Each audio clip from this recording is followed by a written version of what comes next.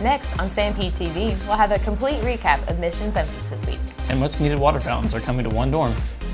In Have You Heard, we'll talk with the Republican and the Democrat to find out more about the policies of the presidential candidates. Plus the latest on the aftermath of Hurricane Matthew. And later, we'll take you on a fun fall attraction. These stories and more are next. StampedeTV begins now.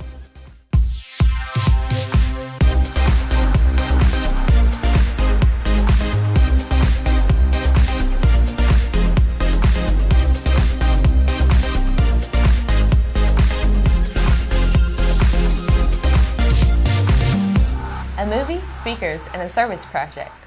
These were all part of a week focusing on connecting students with God's work. Welcome to StampedeTV. I'm Konnor Donahue.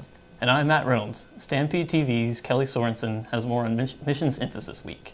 The past few days, students have enjoyed multiple SFP events centered around missions. On Tuesday, they got to hear speakers Mariam and Margia talk about their experience in an infamous Iranian prison.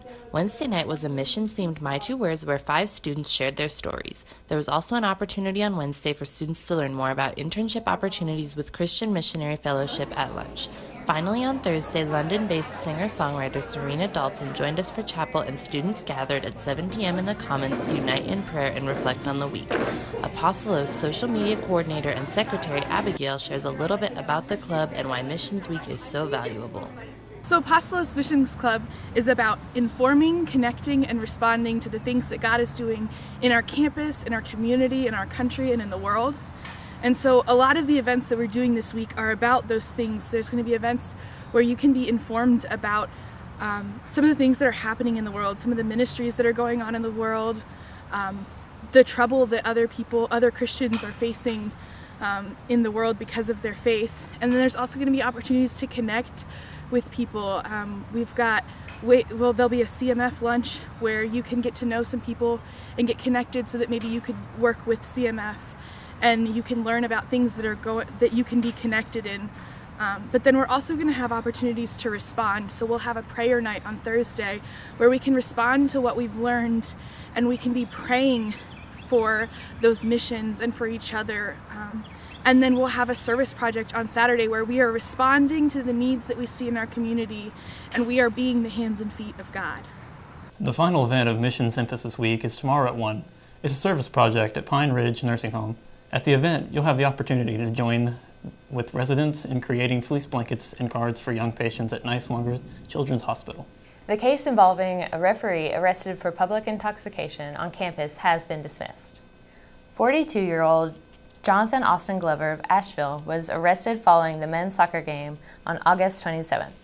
Glover was in court on October 7th. His case was dismissed with payment of court costs. On the night of his arrest, Glover was released from the Carter County Jail on a $350 cash bond. An NAIA spokesperson says Glover has been removed from serving as a referee for the rest of the season. Webb Hall will have a new water fountain added by homecoming. It was originally to be installed over the summer. Construction plans are still in progress. The project will allow residents of Webb to have water without needing to supply their own. Former SGA Junior President Sam Bratton worked to see the project to get started. By the end of the year, so it took a whole year, but by the end of the year they said there'd be a water fountain. I said, oh great, when will that happen? And they said, well, it will happen, it'll be here when you come back from the summer. So sure enough, we all come back from the summer, start the new school year, and the water fountain's still not on Webb. So I was a little frustrated, as many others, a lot of people that asked me for it, and I told them it was going to happen because I was told so. And they said in the email that they are planning on having it before homecoming or around homecoming time. Installation of pipes for the water fountain has begun, but the planned location of the fountain is still unknown. Bratton says he sees the lobby as a good area for the installation. A well-known Elizabethton restaurant is now reopening after having closed just 2 months ago. Sammons Hot Dogs closed in August after 66 years in business. Owner Denise Sammons closed the restaurant in order to devote more time to her wellness business. Sammons says she decided to reopen after hearing pleas from fans across the country. He said that this is part of the history and that we need to preserve this, and that this meant, he's actually from Johnson City, but he said when he comes home, this was part of coming home to him. And he drove all the way up here from Georgia to talk to me. Sammons will now have an operator to run the business while she will maintain ownership. They are now hiring and plan to open in a few weeks. Campus Activities hosted 2 trips over fall break. The trips provided the opportunity to get off campus over the break. Thursday, participants were able to enjoy the outdoors while hiking at Linville Falls. They spent the rest of the day in downtown Boone. Katie Starr Harold says she enjoyed seeing nature on the hikes. I really just enjoyed seeing how the water carved out of the rocks. A nice little pathway. It was really cool.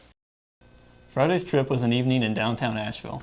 The annual Unicoi Apple Festival took place last weekend in Irwin.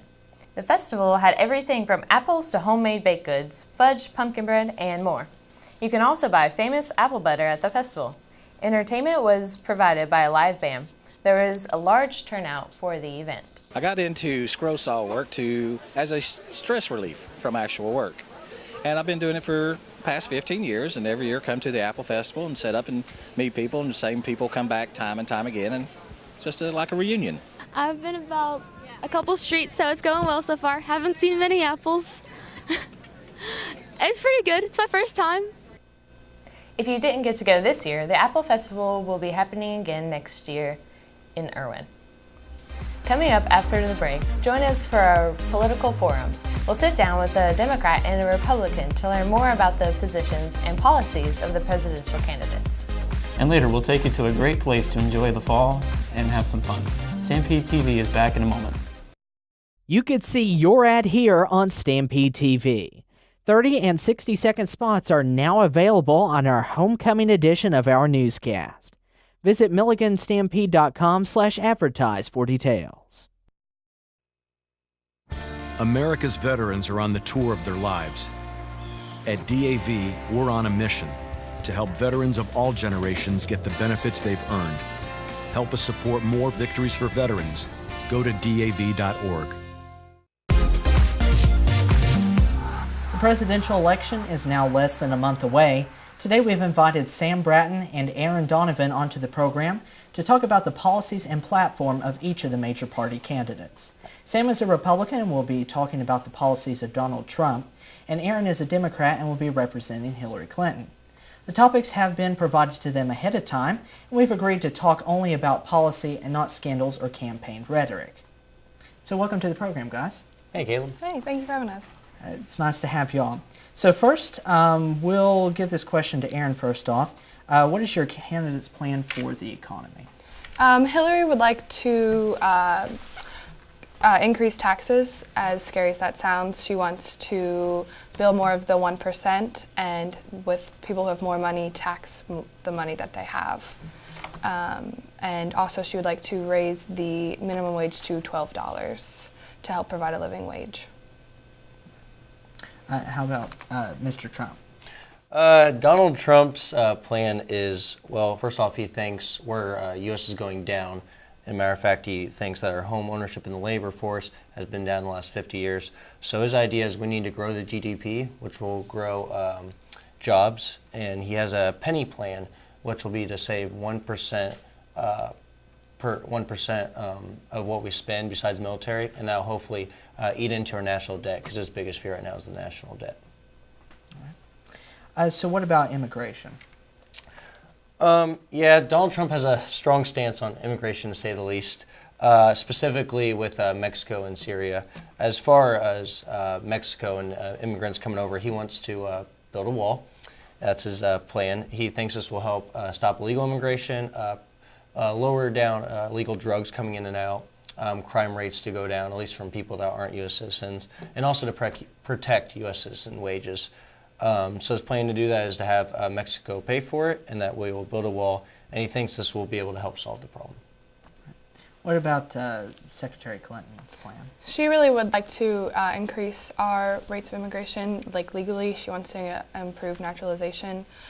She does want to make it tougher, though, like on penalties, people who hire illegal immigrants, so she doesn't want it to be willy-nilly. Everyone can get into the country. She is in favor of Obama's vetting program that we have now, the screening process, so that we keep potential terrorists and all of the horrible things like that outside of our country.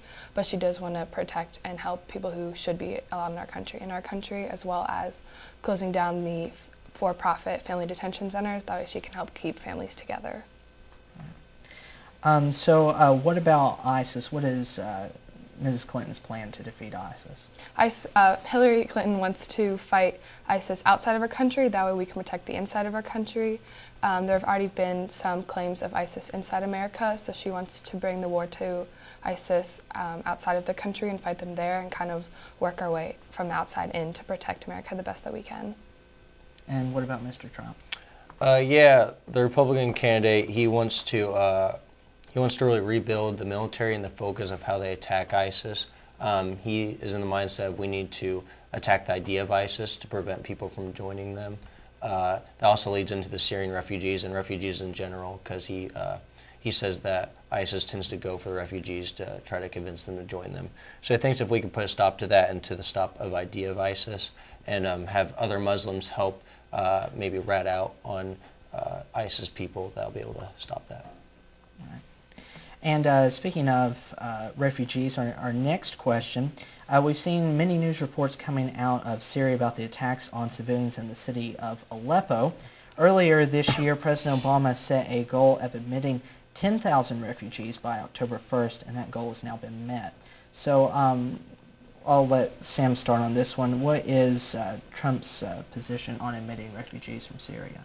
Yeah, Donald's very much actually against probably Obama and for letting refugees into the country. He likes to point to the fact that there's the top 5 countries who tend to have the most refugees coming in are unstable economies and not healthy for their country, and we don't want to go down that path. So according to him, he says we should not let the refugees in, and that would just be for the best for the country, in his opinion. And what about Clinton? Hillary's the opposite of Trump in this aspect. She wants to increase it almost 550%.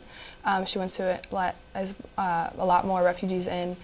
She believes that if ISIS is kicking them out of their homes, that it would be awfully ironic if we also did not let them find a home here. But going back to what she did with immigration, she still believes in the strong vetting process. She wants to screen everyone, but she wants to try to help families find another place to live as safely as possible. Also, I forgot to mention the reason he says that is for terrorism. That's the main reason. And let's see, the next question. There have been many reports in the news about police officers shooting unarmed black men, and protests have been sparked across the country following from that. So what would Ms. Clinton's plan be to heal the racial divide in this country? She really wants to unite the police officers and the general American population, white and black. She believes that if we create a strong community of not one superior than the other or anything with racism or anything like that, if we kind of unite the police force and the general population, that this will ease the tension, which will lessen the violence. And what about Trump? This is probably one of his least well-rounded areas, to be honest. He's more focused on economy and foreign affairs, but he probably agrees, if anything, this is probably one of the most agreeable areas with Clinton on just trying to heal that tension. His idea, he has a stop and frisk policy, try to help out with inner city urban areas, specifically Chicago and stuff like that, but he definitely wants to lessen the divide of racial tensions just like anybody else. So thank you guys for coming on the show today. Thank you. Thank you, Caleb. We want to remind everyone to make sure to get out and vote. You can find more information about absentee voting in your state at vote.gov. Coming up after the break, we'll have a recap on Sunday night's presidential debate, plus we'll have the details on the aftermath of Hurricane Matthew. And later, Brent Doolittle will show us an awesome fall attraction. Stay tuned.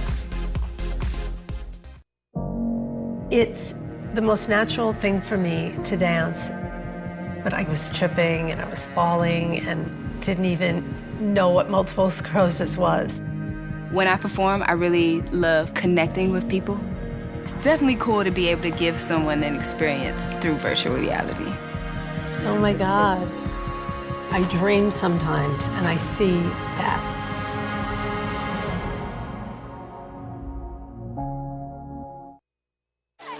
Drownings are a leading cause of death for young children. Simple safety steps are the best way to prevent these tragedies. Make sure kids learn how to swim. Always watch them in and around water. Properly fence all pools and stay away from drains. Consider the steps you take, then add a few more.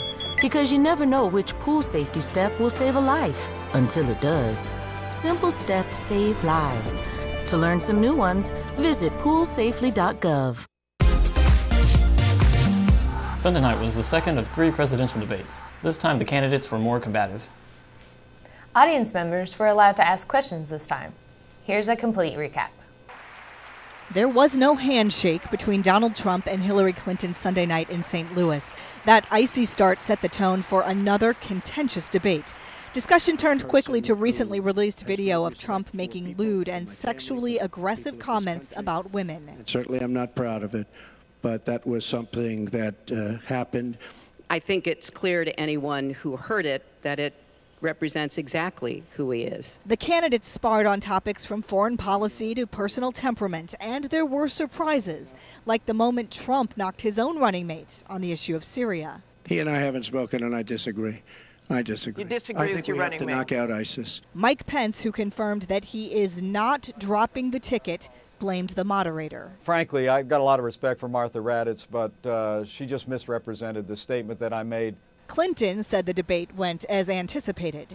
I pretty much saw what I expected to see, that he's not fit to be president and commander-in-chief. The town hall format allowed voters to pose questions. Would either of you name one positive thing that you respect in one another? Clinton said she respected Trump's kids. Trump said he respected that Clinton was a fighter. And finally, they shook hands. The final debate is set for Wednesday, October 19th.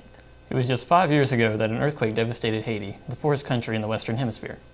Last week, the country took a direct hit from Hurricane Matthew, leaving even more destruction behind. Days after Hurricane Matthew, help is on the way. Rice and plastic tarps choppered in by the U.S. military. Sadly, this humanitarian aid is only a drop in the bucket because the scale of the damage after this deadly storm is massive. Here's what's so terrifying about what we're seeing here. All of these homes destroyed, all of this destruction was caused by the hurricane's winds, moving at speeds that are barely conceivable. In the port town of Jeremy, the storm flattened concrete walls and peeled the roofs off many buildings, including the town's 19th century cathedral. Me and my family is living in here? Yeah. Can we go in? Yeah. Tuman St. Plou takes me to what's left of his home. Oh, man. The big damage is the roof of my house is this a bit, like you see. Just flew right off? Yeah, they flew right off. And then he, his wife, and children cowered in the corner like this, exposed to the storm. For hours? For hours. In the rain, in the wind? Rains. The storm decimated the top floor of the town's main hospital and made a mess of what's left. The wards that still function treat hundreds of new patients a day, including dozens of cases of cholera. Many here fear a wider outbreak of the deadly waterborne disease. The water is is contaminated, so very difficult to have safe water. At the banks of the river, where residents now wash and bathe, these women tell me the storm surge drowned their pigs and cows, destroying their main livelihood and source of food. But the survivors are not giving up. While they wait for the outside world to send help, they are hard at work with the daunting challenge of getting this town back on its feet. Kelly Sorensen joins us now with sports. And Kelly says Hannah Seagrave has been declared Runner of the Week. That's right. We'll talk to Seagrave after the break, and I'll have the details on the latest soccer game. Sports is next. We've all seen stories of conflict that ended with peace. We've seen stories of hunger end in abundance. We see stories of fear, despair, and poverty, but they can end with courage, hope, and love. With you. Be a part of writing a story that's greater than poverty. Learn how at worldvision.org.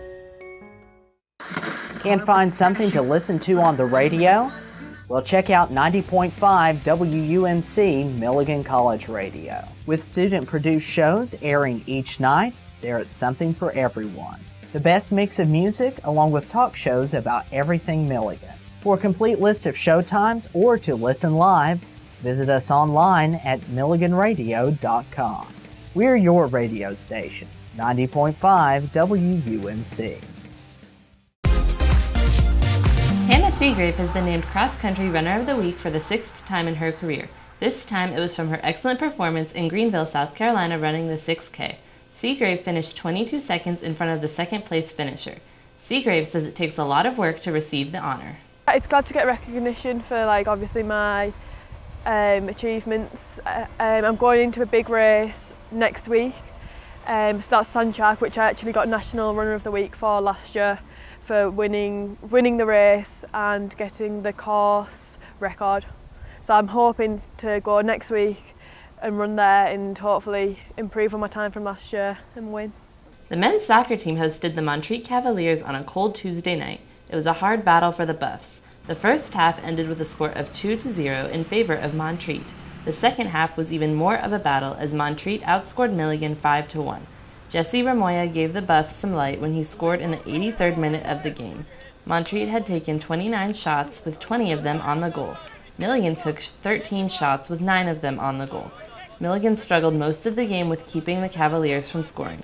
It was a tough battle defensively. Milligan lost 7-1.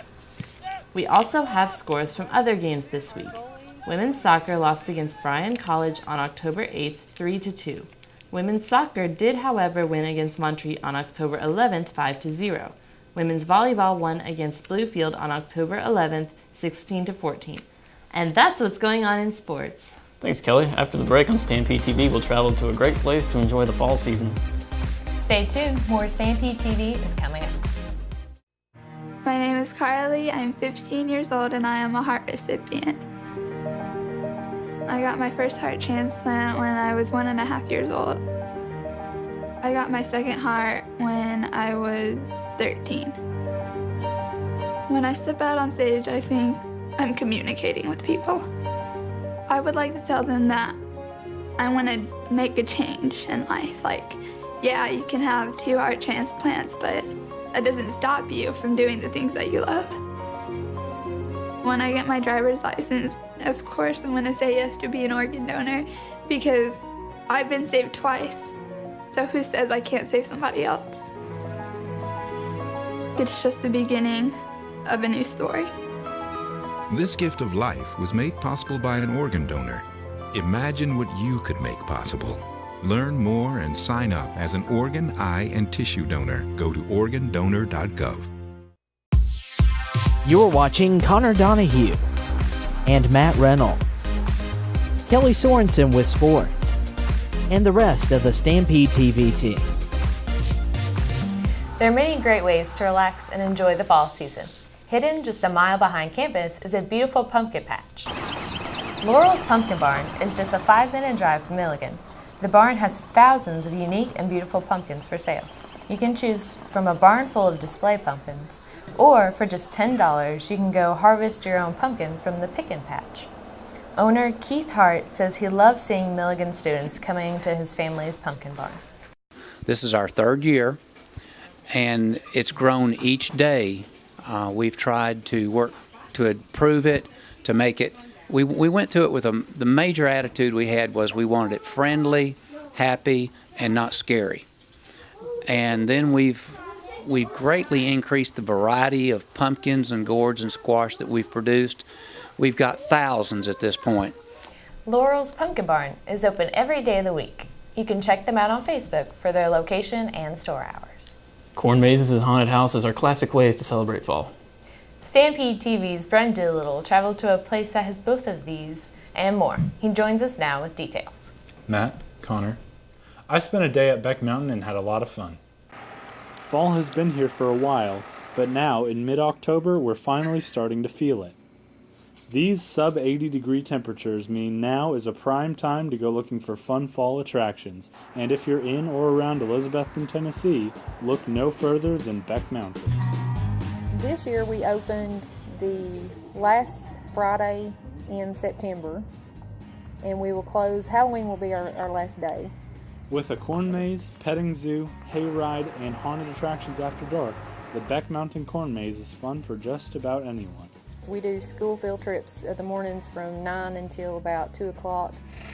We can have over 100 kids here and get them through in that amount of time with just 3 or 4 of us working. We have a lot of school field trips coming from North Carolina. Now, we actually had one today. We've got another one tomorrow from North Carolina.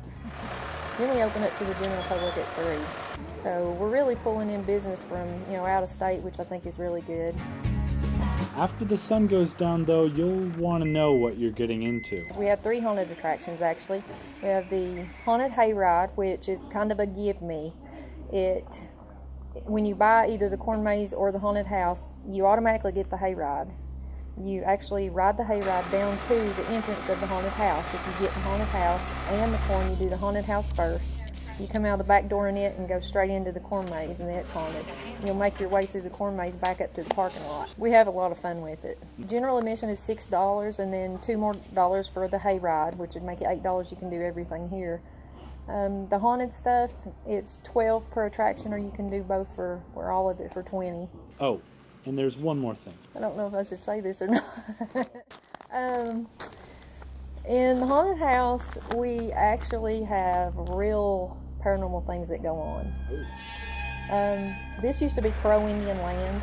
6 of our guys, that work in the corn maze have seen a little girl running around out there. We don't let little girls run around out there because our guys get hit, punched, kicked, pushed. There's no way I would let a little girl out there by herself.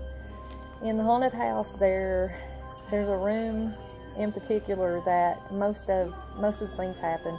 We have a picture that one of our workers took through a hole in the wall into the other side. He was taking a picture of one of his friends standing there being goofy. He gets the picture on his phone, and there's a little girl standing there in a blue dress beside of him. There's no little girl in there. Yes. There's a little toy guitar about this long. It used to light up. Well, it still lights up. Light up and plays music. And it would start playing by itself. There's a cover on the back where the batteries go. The cover is missing. We don't even know where it's at. There's no batteries in it whatsoever. It'll play by itself. My son broke it in half. Anything that could possibly run down there, they have broke because of this, so that things won't run. They're still running. We have 2, which they've taken them off, 2 little rattles, baby rattles, just teething rattles that we had hanging on the wall. They would start spinning by themselves really fast. Every night that we do the haunting, something happens. Something. My son and his friend Andy were in one of the rooms on a Friday evening before anybody else got here. It was about this time. They were filling up the chainsaws with the gas, and they had their backs to each other, and there was something that spoke into their ear at the same time and said, "Get out." And they came running into my living room and fell in the floor. They were white as a sheet. They won't go down there by themselves even in daylight now. They won't. Yeah, I kind of feel like the dead can't hurt you. It's the living you got to worry about. Beck Mountain is beautiful in the daytime and thrilling after dark. For Stampede TV, this is Brent Doolittle. Well, it looks like a really cool place. Yeah, it did. Thanks. And by the way, a very special thank you to Desi and Curtis Gentry, who were kind enough to show me around Beck Mountain. Thanks, Brent. And that's all the time we have for this edition of Stampede TV. We would like to invite all current and former members of the Stampede and Wire to a special reunion over homecoming. It's Saturday, October 22nd at 10 a.m. in the Communications Building. For the latest news and information, visit online at milliganstampede.com. And be sure to check us out on Facebook, Twitter, Instagram, and YouTube. Make sure you pick up a copy of our special homecoming print edition in newsstands around campus beginning late next week. Thanks for watching. I'm Matt Reynolds. And I'm Konnor Donahue. Join us for a recap of homecoming during our special edition of Stampede TV on Wednesday, October 26th. Have a great rest of your day.